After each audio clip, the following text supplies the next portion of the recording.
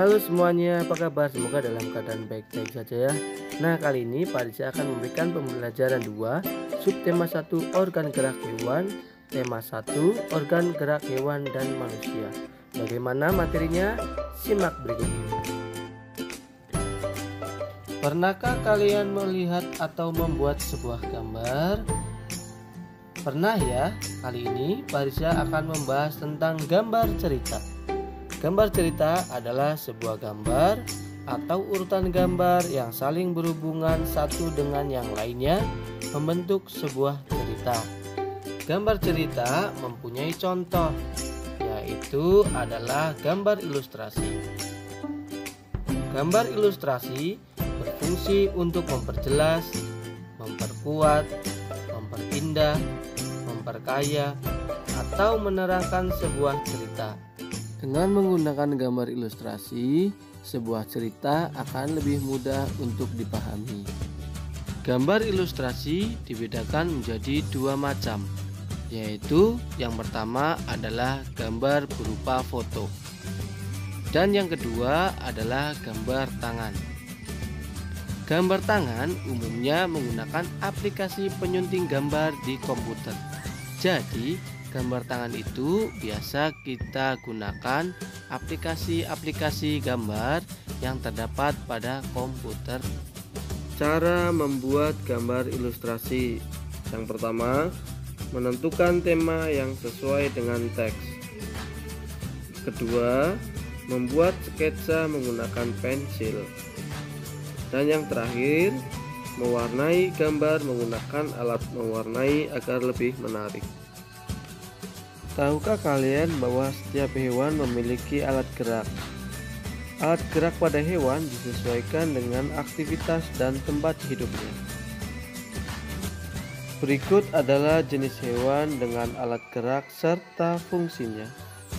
Yang pertama ada ikan. Ikan mempunyai alat gerak berupa sirip dan ekor. Fungsinya untuk berenang. Yang kedua, amfibi. Amfibi mempunyai alat gerak berupa kaki. Fungsinya untuk berjalan, melompat, dan berenang. Kemudian reptilia. Alat geraknya berupa kaki untuk buaya, otot perut untuk ular, dan kaki dayung untuk penyu. Fungsinya untuk berjalan, merayap, memanjat, dan berenang. Yang keempat, burung. Alat geraknya berupa sayap seperti burung kakak tua. Kemudian alat geraknya ada lagi berupa kaki seperti burung unta. Fungsinya untuk berjalan, berlari, terbang, dan berenang. Kemudian hewan mamalia, yaitu kaki untuk kerbau, sapi, dan kuda serta mamalia yang lainnya. Kemudian sirip untuk paus dan lumba-lumba. Fungsinya untuk berjalan, berlari, melompat, dan berenang. Materi selanjutnya yaitu menentukan ide pokok dalam kalimat utama. Sebelum Barisya membahas lebih lanjut bahwa kalian kemarin sudah belajar tentang ide pokok dan cara menentukannya di dalam sebuah teks. Dalam suatu paragraf atau teks tertulis, ide pokok dapat dijumpai dalam kalimat utama. Kalimat utama berisi informasi utama yang menjelaskan dasar permasalahan di dalam teks.